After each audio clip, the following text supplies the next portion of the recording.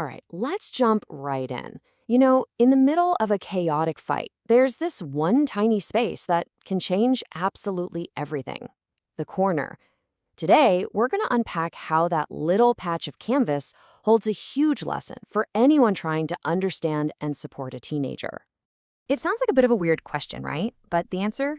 Well, it's pretty crucial. That single minute of calm and clarity is actually a perfect metaphor for what every teenager needs to get through the chaotic fight of their own lives. So, first things first, we really have to get what the corner actually is.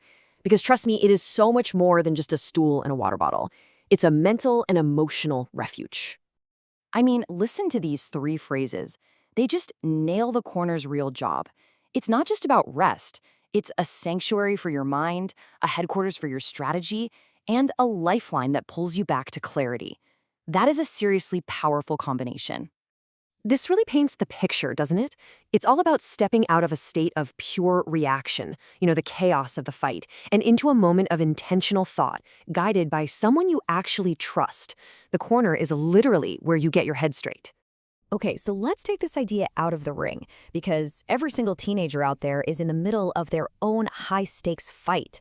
And this battle, it's not happening under bright lights. It's happening inside their own developing brain.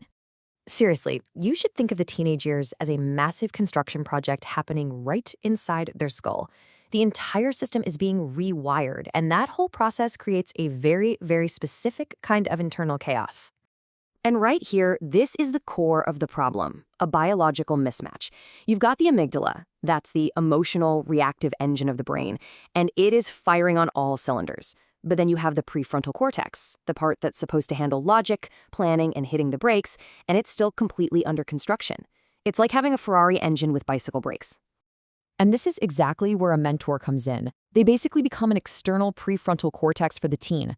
By staying calm and strategic, the mentor helps the teenager's totally overwhelmed nervous system to co-regulate, which lets their own logic center come back online.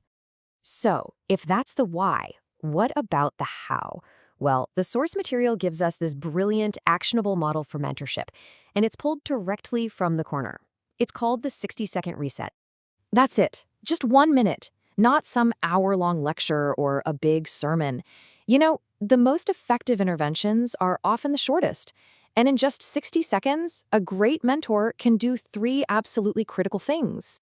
It all happens in 3 simple steps. First, de-escalation. You help them quiet the storm inside their head. Second, you give them diagnostic feedback. You offer one clear, objective thing they're just too overwhelmed to see for themselves. And finally, empowerment. You give them a simple strategy so they can step back into the fight feeling like they can actually handle it. Now, the psychology here is just so important. The feedback isn't "you're doing it all wrong," which, just makes people defensive. It's, "hey, let's adjust your stance." This protects the teen's self-esteem and promotes growth at the same time. The goal isn't to create dependency. It's to build self-efficacy, that deep down belief that says, yeah, I've got this. But here's the thing. This kind of powerful mentorship often doesn't happen by just sitting across from each other at a table. For a lot of teens, that's way too direct, way too intimidating. The real breakthroughs, they happen through action. And this idea of shoulder-to-shoulder mentorship is absolutely key. When you're both focused on a task, like hitting pads or wrapping hands, that pressure of direct eye contact just disappears. And it allows teens to open up way more naturally, bypassing the ego's usual defenses. The work itself becomes this kind of shared language.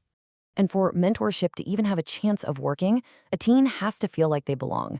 And the source gives this incredible example: a simple, clean, white t-shirt. By giving every single kid the same shirt, the visible signs of their economic background just vanish. It is a profoundly powerful psychological tool for inclusion.